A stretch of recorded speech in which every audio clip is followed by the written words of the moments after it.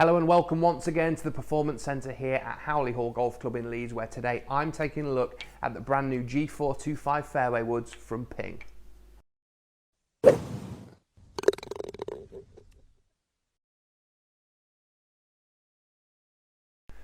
Hi there, Ryan Rastall here again for Golfshake.com. Welcome to the Performance Centre here at Howley Hall, where I'm the PGA professional. As I've said today, we're going to be taking a look at G425 Fairway wood lineup, but before we do that, please make sure you hit that subscribe button. See loads more content from all of us here at Golfshake to help you play more and play better. So, PING has released a brand new club line for this year, G425. Now, we've obviously done videos on the drivers as well as the crossover and hybrids and the irons, but it's the turn of the fairway woods to be put through their paces here today. And I'm going to hit quite a few shots here in the Performance Centre, show you exactly how they perform when we look at the numbers. But before we do that, let's have a bit of a chat about the technology. So forgiveness is a huge story this year with all the club brands and trying to make every golf club that you buy as forgiving as possible. We know that we're not going to hit the middle of the club face every time, and if we can find a way of being able to make sure our mishits go closer to where our good strikes go, it should make us a slightly better golfer. It certainly would for me anyway. So the way PING have done this in the G425 lineup is basically change the way the face works a little bit. So it's called face wrap technology. So when they've constructed these golf clubs, the face actually goes around the sole of the club and also into the crown. You won't actually see this when you look at the golf club, but making it more of one complete piece like that just allows it to flex slightly better, so that when we hit it out the toe or the heel, we get slightly better response from the face and therefore the ball when we hit it. So traditionally, if these faces are welded in just round the sort of extremities of it, that area where the weld is becomes quite stiff, so it doesn't move as much.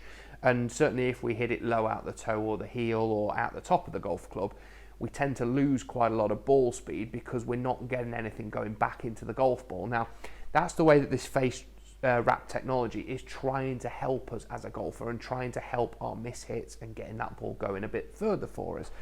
The other thing that PING have done is change what we call the roll of the golf club. So the way that the loft changes from the centre to the sole and also the centre up to the crown of the golf club. Now, you may not know this, but there is a curvature to the face.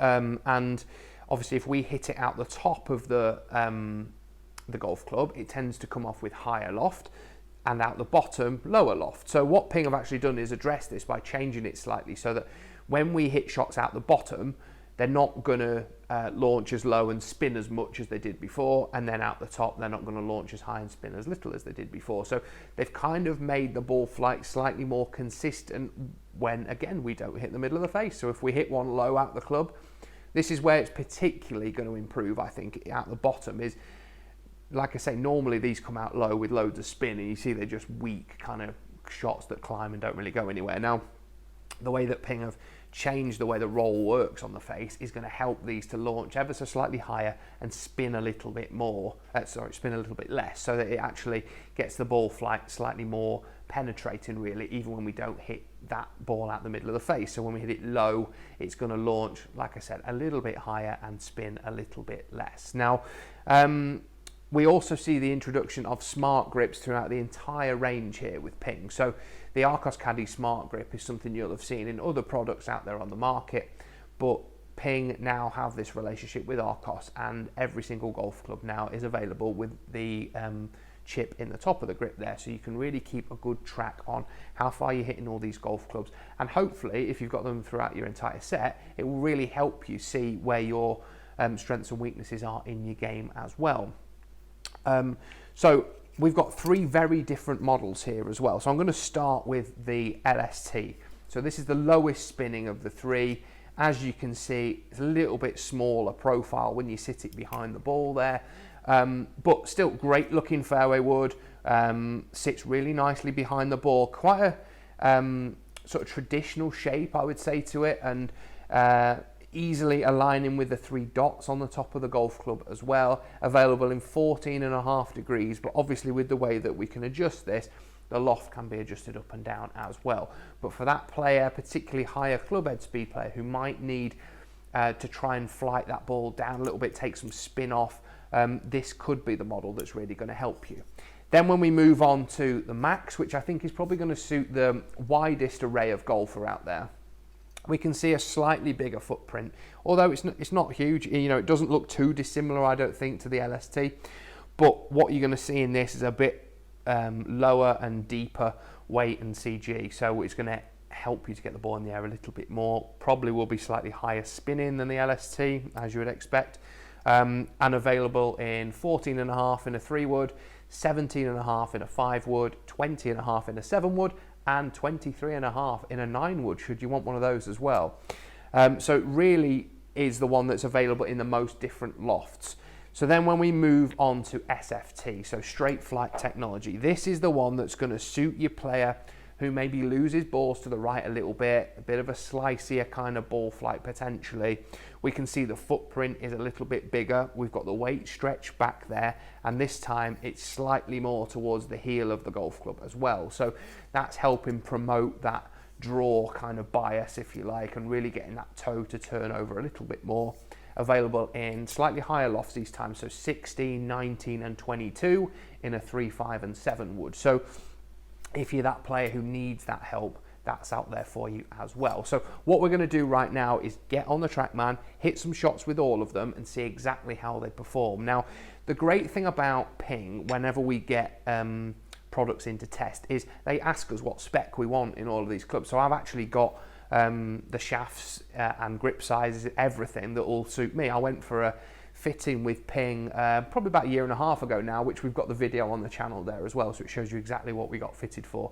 But now they keep our spec on record, and every time they send us equipment to test for you, it's always built to our spec. So how good is that? Well, let's go hit a few. I've got a few different shafts actually to play around with as well in these, so I'm going to have a bit of a play around with those, find the one that works best for me, and then test all these products out, and we'll see exactly which one comes out on top.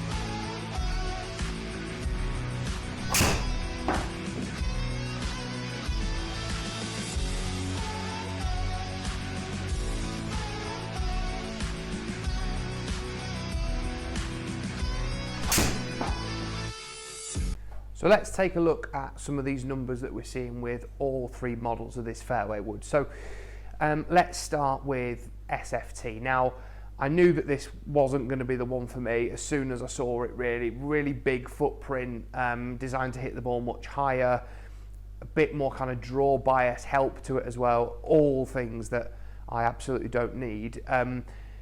It's worth saying that I set all these to the same loft, so both the Max and LST were at the 14.5, and I lofted the SFT down to 14.5 just to make sure they were comparable. The shaft that I found that worked the best in these for me was the Tensei Orange, which I had in extra stiff. Really good and stable shaft, and certainly when I was fitting myself, it's the one that came out the best. Now, obviously I've hit a few shots on here with each one. If we look at SFT, like I've said, we can see the spin rate is very high, so 4,000 RPM as an average, which is right up there. But still we're getting, 267 out of a 3-wood, which is still pretty good. We're not actually getting that much more yardage with the other 2. I just felt it was just so much more controllable for me. I felt like every single shot I was going to hit was going to go left with that SFT, and that's exactly what it's designed to do. It's designed to get that toe working a bit more and helping that player who does miss a little bit to the right. So when we look at LST, we can see, so this should be completely the other end of the scale, and we're certainly seeing spin slightly lower, but it's still up there. I certainly wasn't getting that lower spin out of it. We can see 255, so it's carrying that little bit further. 271 total, so it's going that little bit further on average. And the ball flights were just a little bit more controlled for me. The sort of misses were less severe left and right. But the one I actually found that I really liked and that I found was very controllable was the Max. So those of you that have seen the video I did with the drivers, I really didn't like the Max one as much as the LST. In the fairway, it's completely opposite. The Max, I thought, sat the nicest behind the ball, kind of filled me with confidence before I even hit any shots with it. And we see on here now that we're getting a little bit more distance with that, so 259, so 260-ish really carry, so that's 10 yards longer than SFT and about 4 yards longer than the LST, so 276 total.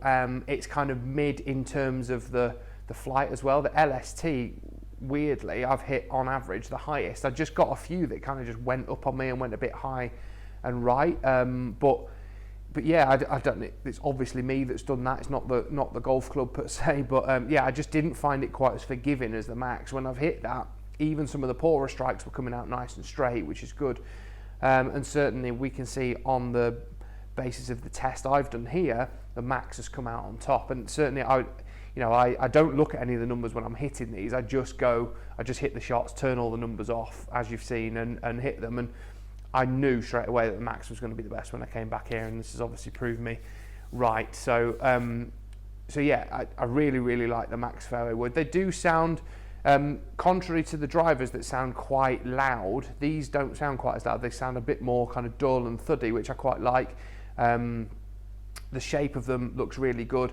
Like I say, the Max I think looks the best, whereas the SFT particularly kind of put me off a little bit because it was so big.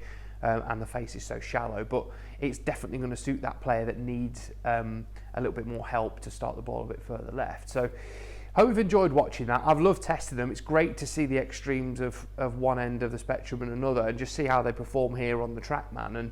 And if you've got any questions about the G425 woodline, just let us know, pop them in the comments section below. We'll answer as many questions as we can. If you want to see these put against any other clubs that are out there on the market, please let us know that as well, because we're always up for trying that sort of thing. And any questions relating to custom fitting or any of the new product that's come out earlier this year, please pop them in the comments section below as well. Hope you've enjoyed the video, and we'll see you all very, very soon.